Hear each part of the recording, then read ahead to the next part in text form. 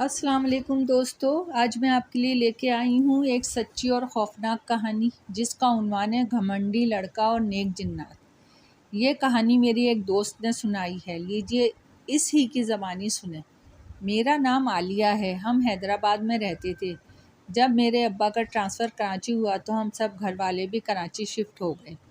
میرے ماموں نے پہلے سے ہمارے لیے کرائے کا گھر دیکھ لیا تھا جو ایک اچھے علاقے میں تھا۔ اس کے سیکنڈ فلور پر نیچے گراؤنڈ پر ہمارے مالک مکان کے بڑے بھائی رہتے تھے اور فرسٹ پر ہمارے مالک مکان رہتے تھے۔ ہمارے مالک مکان بے اولاد تھے مگر بہت خداتاز اور اچھے تھے، دونوں میاں بیوی۔ مگر جو ان کے بڑے بھائی تھے جن کا نام پروفیسر احمد تھا، ان کے 4 بیٹے اور 1 بیٹیاں تھیں۔ وہ بہت گھمنڈی تھے، انہیں اپنے اعلیٰ خاندان، اپنی جائیداد اور بچوں پہ بہت غرور تھا۔ وہ کرایہ داروں کو حقیر سمجھتے تھے، کرایہ داروں سے ایسے بات کرتے جیسے ان پہ احسان کر رہے ہوں۔ اگر کسی سے ہماری بات کرتے تو کہتے بے چارے کرایہ دار۔ ایک مرتبہ کچھ پانی کی کمی ہوئی تو احمد صاحب نے پورے ٹینک پہ قبضہ کر لیا اور اوپر والے سب پورشن کی لائنیں کاٹ دیں۔ خیر، ہم اور ہمارے مالک مکان زبیر صاحب نے بہت مشکلوں سے دوسری لائن لی اور اس سے اوپر کر لیا۔ ایسے خود غرض تھے وہ۔ خیر، ہمارے گھر کے سامنے ایک بہت بڑا اور گھنا پیلے پھولوں کا درخت لگا ہوا تھا جو ہماری چھت سے بھی اوپر تھا۔ اس میں پیلے پیلے پھول آتے تھے اور اس کی وجہ سے ہمارے گھر میں ٹھنڈی ٹھنڈی ہوا آتی تھی۔ امی تو سارا دن وہاں ایک تخت رکھ کر بیٹھ کر کام وغیرہ کرتی تھیں اور گرمیوں کی دوپہر میں آرام بھی وہیں کیا کرتی تھیں۔ ایک شام میں اور امی تخت پہ بیٹھے تھے کہ درخت کی طرف سے بہت پیاری خوشبو آنے لگی۔ میں نے خوش ہو کے امی سے کہا، امی کتنی پیاری خوشبو آ رہی ہے۔ امی مجھے سمجھاتے ہوئے بولی، علی، جب کہیں سے خوشبو آئے تو سبحان اللہ کہا کرتے ہیں، شور نہیں کرتے، پھر اکثر وہاں سے خوشبوئیں آنے لگیں۔ میں زور زور سے سبحان اللہ کہتی تھی، گھر والے سمجھ جاتے تھے کہ اس سے خوشبو آ رہی ہے۔ ہمارے ساتھ تو اچھا بھی ہوا اور برا بھی، مگر ایک چیز ہم نے نوٹس کی تھی، جب بھی کوئی آفت آنے والی ہوتی ہمیں جیسے کوئی بچا لیتا۔ ایک مرتبہ میں تخت پہ سوئی ہوئی تھی، میں نیند میں بالکل کنارے پہ آ گئی۔ مجھے نیند میں ایسا لگا جیسے کسی نے مجھے ہلایا ہو۔ میری آنکھ کھلی تو میں گرنے ہی والی تھی۔ ایک مرتبہ امی شدید گرمی کی وجہ سے دروازے کے سامنے سو گئیں۔ آدھی رات کو کسی نے انہیں سائیڈ میں کر دیا۔ یہ امی نے خود محسوس کیا تھا۔ احمد صاحب کو اس پیلے پھولوں والے درخت سے کچھ بیر تھا۔ وہ اکثر اس کی موٹی موٹی ٹہنیاں کٹواتے رہتے تھے۔ کہتے تھے چور اس درخت کی شاخوں سے ہمارے گھر آ جائیں گے۔ کبھی کہتے گندگی بہت ہوتی ہے۔ ایک دفعہ ان کے دماغ میں کیا آیا کہ احمد صاحب نے درخت کو بالکل گنجا کروا دیا، بس اس کا تنا باقی تھا۔ سارے پرندوں کے آشیانے اجڑ گئے۔ اس کے کچھ دنوں بعد ان کا 3 نمبر کا بیٹا جو انٹر میں تھا، اس سے شدید دورہ پڑا۔ وہ زمین پہ گر کے تڑپنے لگا۔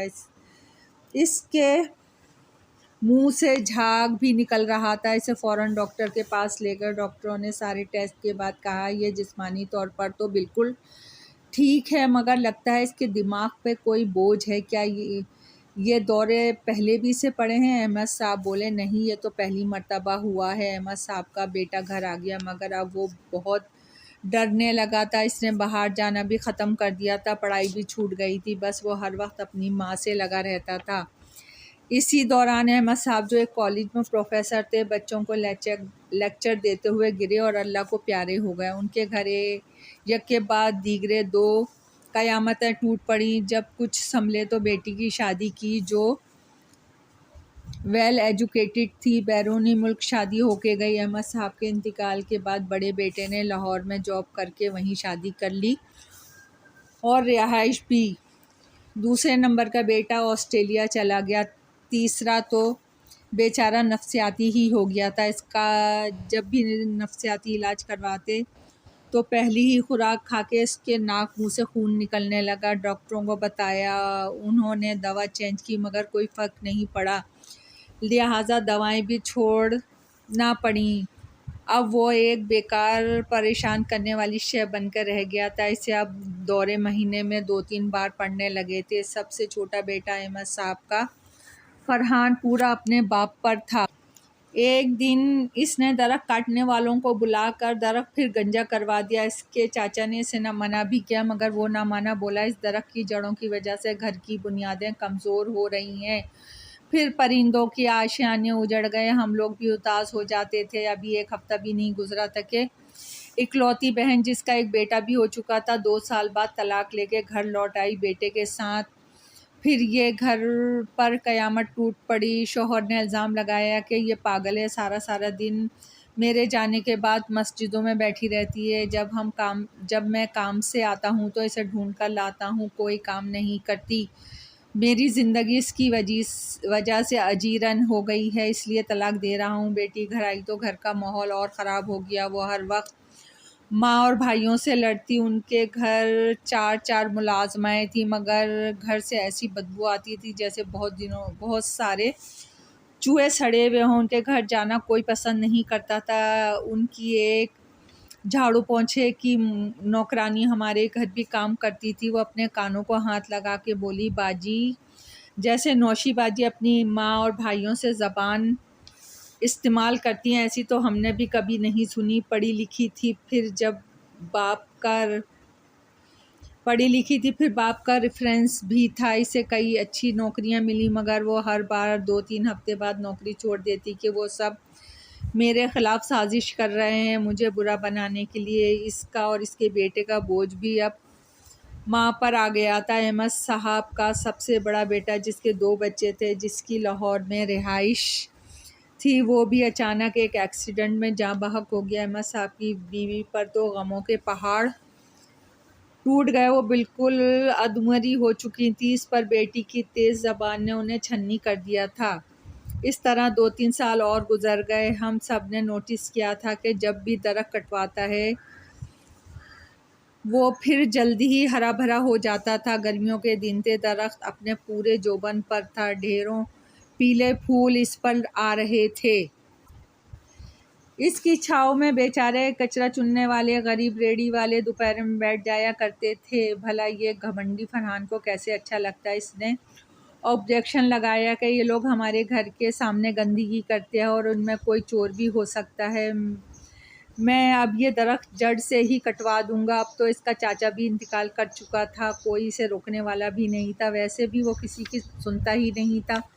محلے والوں نے بھی اسے منع کیا کہ ہرا بھرا درخت ہے نہ کٹواؤ، مگر اس نے اس درخت کو نہ صرف کٹوایا بلکہ اس کے تنے پہ گہرے گہرے کٹ بھی لگوا دیے تاکہ وہ درخت دوبارہ نہ بڑھے۔ ابھی درخت پورا بھی نہیں کٹا تھا کہ تیز لال آندھی آئی اور ایک دم اندھیرا ہو گیا۔ جب آندھی تھمی تو درخت کی بڑی بڑی ڈگالوں نے پوری سڑک بلاک کر دی تھی۔ خیر 2-4 دن میں درخت کی لکڑیاں اڑ گئیں، پرندے پھر اجڑ گئے۔ اس بار تو میں بھی درخت کو کٹا ہوا دیکھ کے رونے لگی۔ دوسرے دن جب میں صبح اپنی گھر کی گیلری میں گئی تو وہاں کچھ کوے بیٹھے ہوئے تھے جو اپنی گردن پھلا کر اپنی ناراضگی کا اظہار کر رہے تھے۔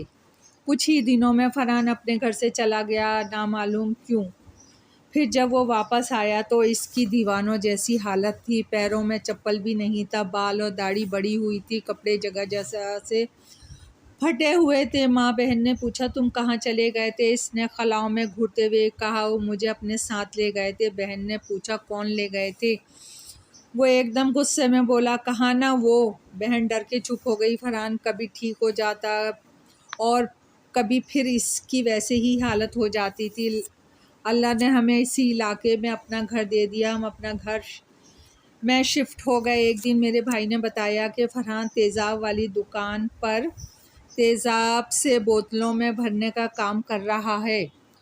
ہمیں یہ سن کر بہت دکھ ہوا، اتنا اچھا اعلیٰ خاندان کا چشم و چراغ کس حالت میں ہے۔ ملازموں نے ہمیں بتایا کہ نوشی باجی نے فرحان کو کسی اللہ والے کو دکھایا، وہ کہہ رہے ہیں کہ آپ کے گھر کے سامنے جو درخت تھا اس پر اچھے جنات رہتے تھے، درخت کٹنے کی وجہ سے وہ غصے میں ہے، اس لیے فرحان کو سزا مل رہی ہے اور یہ سزا پتہ نہیں کب تک ختم ہوگی۔ احمد صاحب کے دوسرے بہن بھائیوں کے بچوں نے ان کے گھر پہ کیس کر دیا کہ گھر بیچ کر ہمارا بھی حصہ دو۔ کچھ دن بعد گھر بک گیا، پھر احمد صاحب کے گھر والے بغیر کسی کو بتائے سرجانی میں گھر لے کر چلے گئے، اب نہ جانے وہ کس حال میں ہیں۔ اللہ تعالیٰ ان کی یہ پریشانیاں دور کرے۔ جس پر احمد صاحب غرور کرتے تھے، مال دولت جائیداد اولاد، وہ سب تو خاک میں مل گیا تھا۔ نوٹ ابھی میں نے یہ کہانی ختم ہی کی تھی کہ دروازے پہ دستک ہوئی۔ میرے سارے گھر والے کسی کے گھر پرسے میں گئے ہوئے تھے، میں گھر میں اکیلی تھی۔ گیٹ پہ جا کے دیکھا تو فرحان دروازے پہ کھڑا تھا۔ اس کا حلیہ عجیب تھا۔ بولا بھائی ہیں؟ میں نے گیٹ کی جالیوں سے ہی سے بتایا کہ بھائی نہیں ہے۔ وہ خیریت وغیرہ پوچھ کے چلا گیا۔ میں حیران رہ گئی کہ اسے کیسے معلوم ہوا کہ میں اس کی کہانی سب کو سنانے والی ہوں۔ دوستو، کہانی پسند آئے تو لائک اور سبسکرائب ضرور کیجیے گا۔ آپ کی دعاؤں کی طلبگار۔